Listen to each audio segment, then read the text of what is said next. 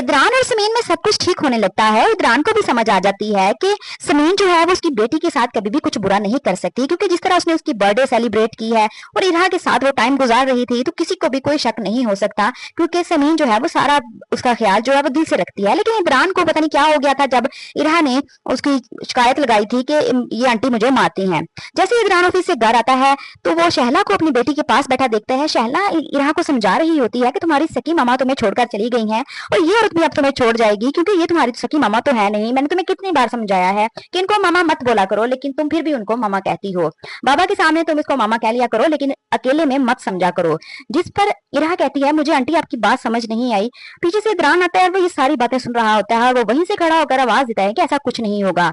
तो फिर अब वो शैला के पास आएगा और उसको कहेगा कि ये तुम थी जो मेरी बेटी का ब्रेन वॉश कर रही थी और तुम्हारी वजह से ही इरहा समीम के साथ बदतमीजी करती थी और मुझे इस बात का नहीं पता था, क्योंकि अब मुझे पता चल गया है, लिहाजा तुम मेरी बेटी के अब करीब भी मत आना। अगर तुमने आइंदा ऐसी कोई हरकत की तो मुझसे बुरा कोई नहीं होगा। शैला पर पाबंदी लगा दी जाएगी और शैला अब इरहा से बात नहीं किया करेगी। दूसरी तरफ कामरान बनकर उष्णा से बात करने वाला कमाल जो है वो सबकी आंखों में धूल झोंक रहा है। एक तरफ अपनी बीवी शैला को बेवकूफ बना रहा है और शैला जो है वो समीन की जिंदगी के पीछे हाथ धोकर पड़ी हुई है, अपने शोहर को तो देख ही नहीं रही। उसका शोहर जो है उष्णा को आए दिन गिफ्ट दे रहा है, कभी मोबाइल दे रहा है, कभी जोड़े निकाल निकाल के दे रहा है, लेकिन शहला बेखबर है। जैसे ही वो शक करने लगती है तो वो खुद को चोट लगवा कर आ जाता है और शहला जो है वो सब कुछ भूल जाती है कि उसने उससे क्या पूछना था। दूसरी तरफ कामरान की बातें जो है वो फुप्पो फरत सुन लेती हैं कि वो किसी लड़की से बात कर रहा था, जिस तरह वो उसको जान कह के बुला रहा था।